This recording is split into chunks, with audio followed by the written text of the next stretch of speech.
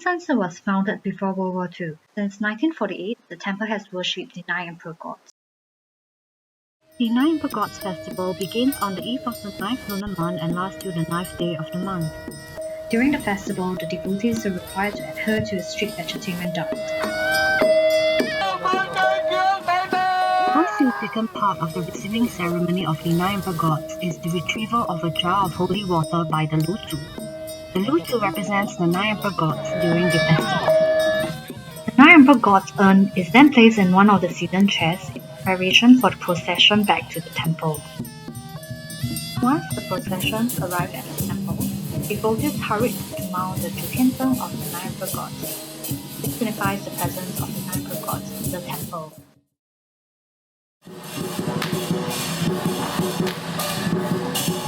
Yuking is one of the highlights of the festival, where the 9 emperor gods' temples visit and pay respect to one another.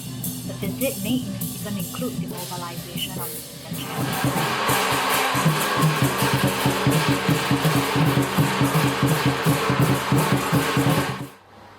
The Lutu also carries the censer containing the xianghua of the 9 emperor gods, which is exchanged between the temples during Yuking.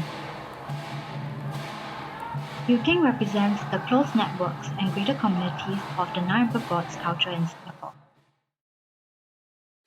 During the festival, the Lutu is responsible for the daily maintenance of the Jutiantong.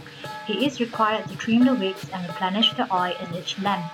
This process is conducted twice a day at a specific time. Jutiantong is one of the key elements in the festival.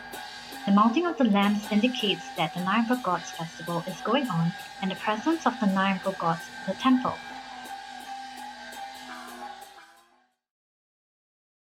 The 3 vows and 9 transactions, 3拜九叩, one of the key rites in the sending off ceremony. It is held at the main hall before the procession to the beach begins. The ceremony continues at the beach.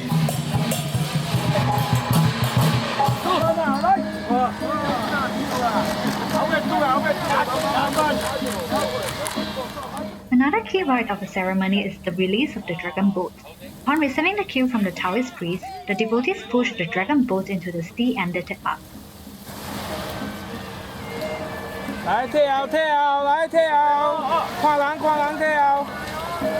Excuse me, go stand.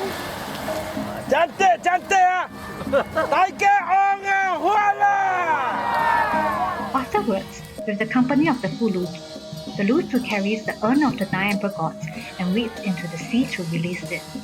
Many believe that the longer and further the urn drifts before it sinks, it represents an auspicious year ahead.